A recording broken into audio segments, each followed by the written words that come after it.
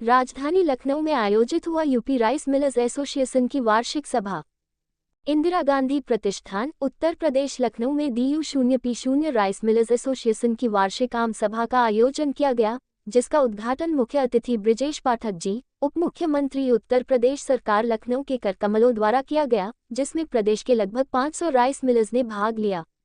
अध्यक्ष जी ने माननीय उप मुख्यमंत्री जी के समक्ष राइस मिलर्स में आने वाली समस्याओं पर चर्चा किया गया। सरकार धान खरीद कर चावल मिलों को कुटाई कार्य हेतु देती है। 100 की 0.0 धान के बदले 67 की 0.0 चावल मिलर्स से लेती है। रोल पूछो जी। सर, आज यहाँ राजनीति के इसमें एग्जीबिशन में आए हैं, इस जो आपका प्रोडक्ट है इसका क्या होता है? क्या? नमस्कार भाई साहब, हम लोग LG कंप्रेसर से हैं। ये कंप्रेसर एक 60 साल पुरानी कंपनी है और उसके हम लोग पिछले 50 साल से डिस्ट्रीब्यूटर पूरा यूपी और उत्तराखंड देखते हैं। फिर एक गवर्नमेंट के नॉर्म आया था कि FRK ब्लेंडिंग, जो कुशन से भरा हुआ है चावल, उसको मिक्स करना है नॉर्मल चावल में। ये एक कंपनी मशीन आती है जो नॉर्मल चावल को और FRK चावल को मिक्स करती है, ब्लेंड करके और साथ में पैक करके देती है। ये भी हम, ये 30 साल पुरानी कंपनी है, इसका भी हम लोग काम पूरा यूपी उत्तराखंड करते हैं। और जो शॉर्टेज का केबिन है, केबिन के अंदर गर्मी बहुत रहती है, उसके लिए हम लोग इंडस्ट्रियल ACs देते हैं। और फिर हमारे इलाज इनका क्या, ये जो AC है, ये मार्केट उन ACओं से जो आप प्रोडक्ट दे रहे हैं, जी, क्या डिफरेंट है? सर, नॉर्मल AC जो होते हैं ना, वो धूल मिट्टी गंदगी के लिए नहीं बने हैं। वो थोड़ी सी धूल मिट्टी गंदगी आएगी, चोक हो जाते हैं। ये इंडस्ट्रियल AC है, इसके फिल्टर्स बड़े हैं, डिफरेंट हैं, तो रोज सर्विस नहीं करनी है। आप एक बार लगा लेंगे, सालों साल की छुट्टी है।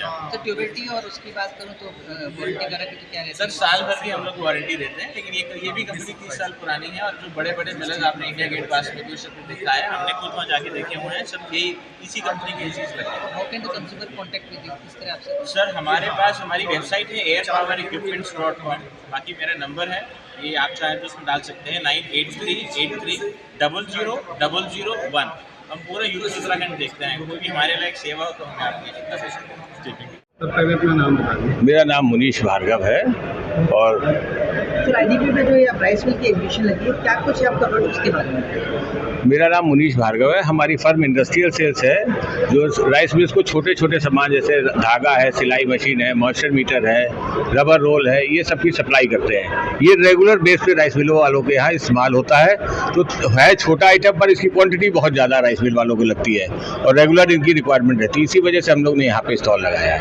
सर, आपको लगता है कि ऐसे एग्जीबिशन के स्टॉल लगाने से बहुत अवेयरनेस आती है? नहीं, अवेयरनेस नहीं आती। आदमी को ये मालूम हो जाता है, हमें कस्टमर लीड मिल जाती है कि हम उनसे कांटेक्ट करके उनको अपनी क्वालिटी दिखा सकते हैं। बाजार में बहुत सारी सस्ती भी होती है, हम लोग अच्छी क्वालिटी लेते हैं, तो उसका थोड़ा सा हमें रिवॉर्ड मिलता है इसका। मैं बात करूँगा ड्यूरेबिलिटी की, और कब से है आपका? मैं 28 साल हो गए मुझे इस व्यापार में। धीमे धीमे करके मैंने ऐड करे हैं प्रोडक्ट्स। पहले सबसे पहले मैं धागा ही बेचता था, उसके बाद बोरी भी बेचने लगा, सिलाई मशीन भी बेचने लगा। रबर रोल अभी मैं नया लाया हूँ, हैदराबाद से लाया हूँ। तो लोगों के इंटेंशन है कि हैदराबाद थोड़ा सा ईमानदार होता है तो इसकी क्वालिटी ज़्यादा अच्छी होगी। धागा मैं दमन का बेचता हूँ, यहाँ दमन पॉलीथ्रेड लिमिटेड बॉम्बे का आता है। कॉन्टेक्ट करना है, कहाँ से कॉन्टेक्ट करें? मेरे फ़ोन नंबर पे, मैं लखनऊ में ही रहता हूँ, मॉडल हाउस में मेरा ऑफिस है, यहीं पे मेरा गोदाम भी है।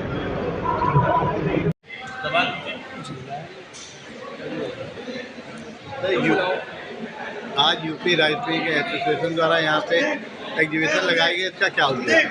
आज यूपी राइस मिल एसोसिएशन की 37वीं वार्षिक आम सभा है, जिसमें हम सभी प्रदेश के राइस मिलर इकट्ठा हुए हैं और जो वर्ष भर में जो समस्याएं आई और उसका निराकरण क्या हुआ है, खर्च और व्यय का जो है वो होता है। तो हमारी क्या समस्याएं प्रमुख है, क्योंकि हमारे श्री ब्रिजेश पाठक जी उत्तर प्रदेश के उप मुख्यमंत्री जी आए हुए, तो हमारी समस्याएं ये है कि हमारे जब 1980 से पूरे प्रदेश में सरकार ने लेवी के माध्यम से राइस मिलों से चावल लेने का शुरुआत की थी।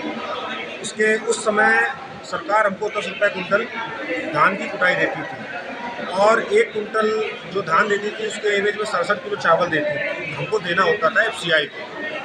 आज इतनी महंगाई बढ़ने के बाद में वह कुटाई आज भी 10 रुपये कुंटल है, जबकि उस समय डीजल का रेट 2 रुपये 35 पैसा था और आज 100 रुपये के करीब हो गया। तब लेबरी जो है 2.5 रुपये के करीब हुआ करती थी, आज मजदूरी करीब 450 रुपये हो गई। तब प्लांट की कीमत करीब जो है 50,000 रुपये हुआ करती थी, आज प्लांट की कीमत करीब 5 करोड़ रुपये हो चुकी है।